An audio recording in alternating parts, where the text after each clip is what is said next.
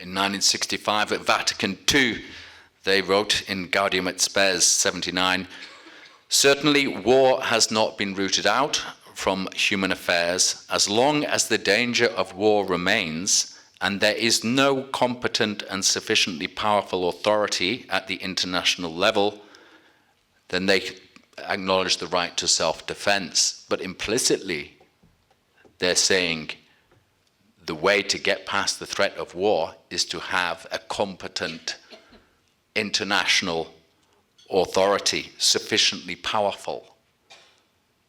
That's terrifying. And then in 2023, Francis wrote, quoting himself in Fratelli Tutti, or quoting from that in Laudate Deum, "We are speaking above all of more effective world organizations equipped with the power to provide for the global common good, the elimination of hunger and poverty, and the defense of fundamental human rights. The issue is that they must be endowed with real authority." So it's dressed up to fight poverty and for health and human rights, but talking for real authority, for a single global order. Abraham has much to say now. The fourth part of this talk, Rabbi Chaim Richman said a few months ago, Israel's struggle for survival is not only about Israel's struggle for survival. The leaders of the terror organizations have stated openly the destruction of Israel is not the end game. The goal is world domination, and this will find you. He's basically, he sees everything in reverse. He's saying to escape world domination threatened by Muslims and terrorists, we need to support Israel in whatever it wants. It's actually an inversion. Judaism produces Islam.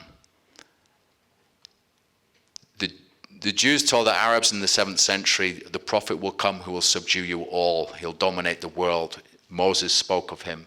And eventually Muhammad and his family and Satan got together and said, Muhammad is that prophet promised by Moses. If you don't understand Moses, you end up because the Jews wanted a total political domination. That's why they crucified Christ. We don't want to lose our nation. The Romans will take it away. They want a political Messiah. That's where Muhammad got the idea, if not also from below.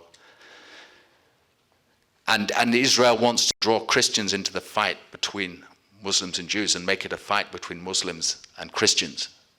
We should not fall for that. A lot of people think Islam is more dangerous than Judaism. It's not. Islam is a product of Judaism, of denying Jesus Christ as the Messiah. If you deny Christ as the Messiah, then false messiahs will arise.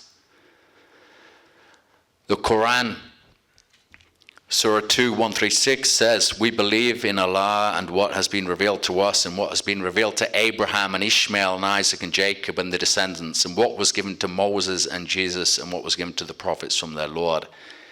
So they are basing themselves on Abraham, Ishmael, Isaac and Jacob and Moses, and getting it completely wrong. Now, the rabbi who was speaking about world domination was preaching on Parashat Lech Lecha. That's the beginning of Genesis 12, where God says to Abraham, go forth out of thy country and from thy kindred and out of thy father's house and come into the land which I shall show thee. This is so beautiful. V'yomer Adonai ad Avram, Lech Lecha, get up. This is about the Incarnation. Go forth from your father's house and I will show you the land. It's the Father speaking to the Son. You know the Eastern churches, Russia and the East, they honor the Incarnation above every other mystery. And in the Latin church in the West, we kind of honor the Passion above every mystery. And you can ask, which is the greater mystery? The Incarnation or the Passion? Well, the rabbis ask themselves, what's the greatest thing that Abraham did? Was it leaving his father's home? And God said, leave the land and your relatives and your father's house. And the church fathers say you could have just said leave the land, but God wanted to spell out everything he was going to be called to sacrifice, everything.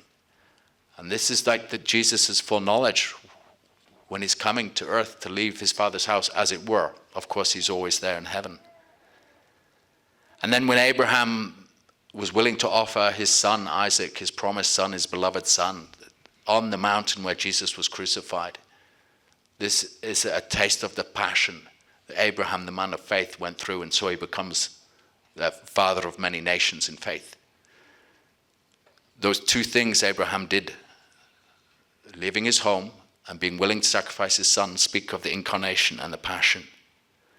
And if the Jews would understand Moses, who wrote all this, and you know, the Quinquagesima Sunday tomorrow for Matins, the responsories for the first nocturne are from Genesis 12 and Genesis 22. This is tomorrow morning. It's about Abraham being told, go forth, and then sacrificing his son. It's about the incarnation and the passion. And in the sixth and seventh readings, it's St. Ambrose, his book on the patriarch Abraham, beginning saying, Abraham is the greatest man, better than any philosophy could even dream, so full of virtue than all the philosophers thought. And the 7 wise men, this is Greek philosophers, said the great wisdom is follow God. But Abraham knew that hundreds of years before these men were even born, follow God. This is the truth. The Bible, the Old Testament, the Torah, has all the wisdom of the Greeks in it, all the metaphysics of Aristotle and Plato, centuries before they were born. But it does it in God's way, through material things, through the lives of the saints, where is all truth and wisdom.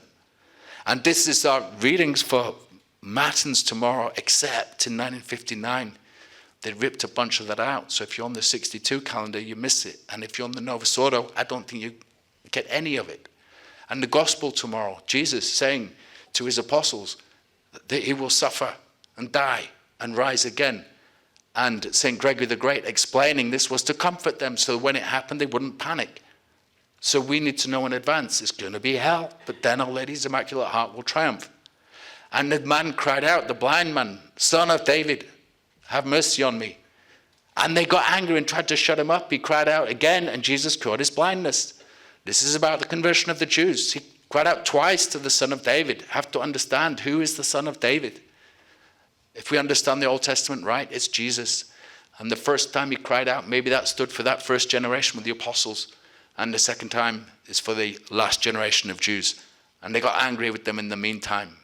I've basically never heard anyone speak so interestingly about Abraham, Isaac, and Jacob as this Rabbi Chaim Richman, except for St. Thomas and St. Gregory the Great and St. Ambrose and the Church Fathers.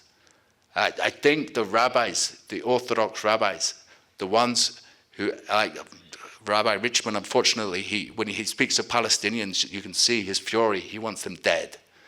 When he speaks of Kabbalah as something good, it's not. It's evil. It's from the devil. But no one else speaks of Abraham like he does, that's living today, I think. They're that close, if they'll understand Moses. To see that he's pointing to Jesus.